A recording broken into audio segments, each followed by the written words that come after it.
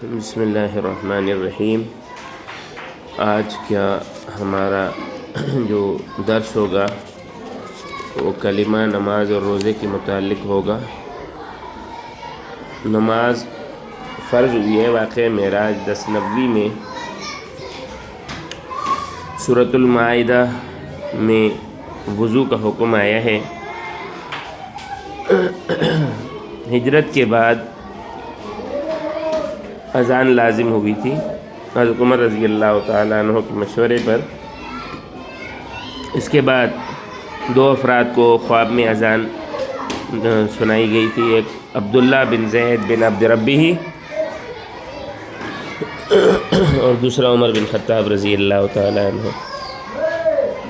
پھر آپ صلی اللہ علیہ وسلم نے عبداللہ بن زید بن عبد ربہ کو حکم دیا کہ وہ حضرت بلال رضی اللہ تعالیٰ عنہ کو اذان سکھائیں، لہٰذا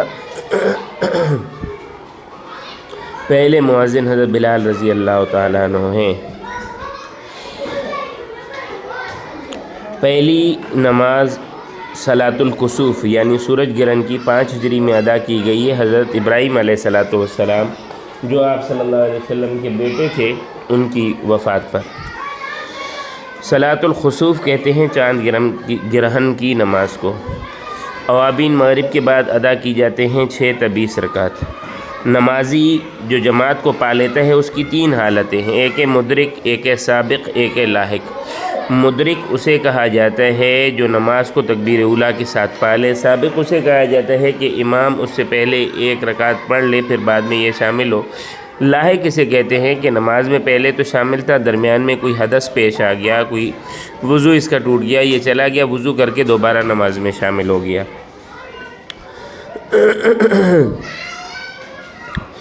پہلا جمعہ جو ہے یہ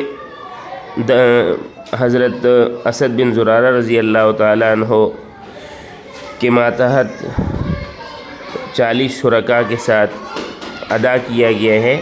آپ صلی اللہ علیہ وسلم خط کے ذریعے حضرت مصعب بن عمیر کو جمعہ کا حکم دیا تھا، اور آپ صلی اللہ علیہ وسلم نے پہلا جمعہ جو ادا کیا ہے وہ قباء مسجد میں محلہ بنو سالم بن عوف کے پاس۔ وہ نماز جس کی قضا نہیں ہوتی وہ کون کون سی ہیں؟ صلاۃ الکسوف، صلاۃ الخسوف، نفل کی نمازیں، سنت کی نمازیں، وہ فرض یا واجب رکعتیں جو فاسد ادا ہو گئی ہوں، جمعہ کی نماز، جنازہ کی نماز، عیدین کی نماز۔ بغیر اذان اور بغیر تلاوت اور بغیر سجدے والی نماز جنازہ ہے۔ وہ مسجد جس میں صرف 1 مرتبہ سال میں نماز ہوتی ہے وہ مسجد خیف ہے منی میں، اور بغیر نماز والی اذان اور تکبیر یعنی ایسی تکبیر جس کے بعد ایسی اذان اور تکبیر جس کے بعد نماز نہیں ہوتی، وہ بچے کے کان میں دی جانے والی اذان اور اقامت ہے۔ کلمے کے متعلق صرف 2 سوال آئے ہیں۔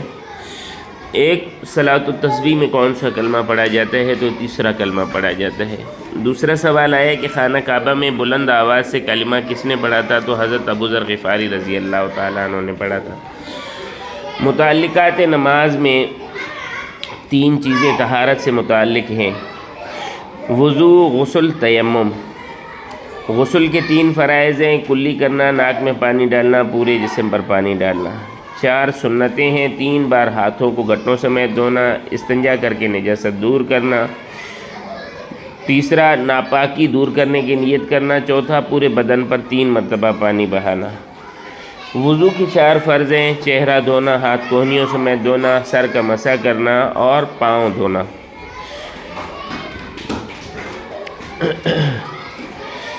تیمم کے لیے جو شرط ہے وہ کم از کم 1 میل تک پانی نہ ملنے کا گمان ہونا ہے۔ گمان یعنی ظن غالب۔ اسلام کے 3 فنڈامنٹلز یا اصول ثلاثہ کون سے ہیں؟ توحید، رسالت اور آخرت۔ البتہ جب ان کو ایک دوسرے کے ساتھ ملایا جاتا ہے تو یہ 7 ہو جاتے ہیں۔ کس طرح؟ کہ اللہ عز و جل کی ذات توحید میں ہے، پھر رسالت، ان کے درمیان میں فرشتے اور کتب آ جاتے ہیں۔ رسالت اور بندے کے بیچ میں کیا ہے؟ اچھا کتابیں ہیں، تقدیر خیر اور شر ہے، اور اس کے بعد قیامت کے دن اٹھنا ہے۔ تو کل 7 ہو جاتے ہیں، خلاصتاً ان کو 3 کہا جاتا ہے۔ مرد کے کفن کے 3 کپڑے ہیں، لفافہ، ازار اور قمیص۔ عورت کے 5 کپڑے ہیں، لفافہ، ازار، قمیص، خمار اور کرسف۔ روزہ کے متعلق جنت میں روزہ داروں کے لیے دروازہ دار الریان ہے۔ 5 دن روزہ منع ہے، یکم شوال، 10 ذی الحجہ، 11 ذی الحجہ، 12 ذی الحجہ، 13 ذی الحجہ۔ اگر روزہ ٹوٹ جائے، جان بوجھ کر اس کو توڑا جائے، تو اس کی ایک قضا اور کفارہ ہوتا ہے۔ کفارہ 60 دن مسلسل روزے رکھنا، اگر یہ نہیں کر سکتا تو 60 مسکینوں کو 2 وقت کا کھانا کھلائے۔ جن دنوں میں نفلی روزے بھی نہیں ہوں گے وہی اوپر کے 5 دن ہیں اور رمضان کے ایام ہیں۔ مزید جاننے کے لیے ہمارے ساتھ جڑے رہیے اور ہمارے چینل کو سبسکرائب کیجیے۔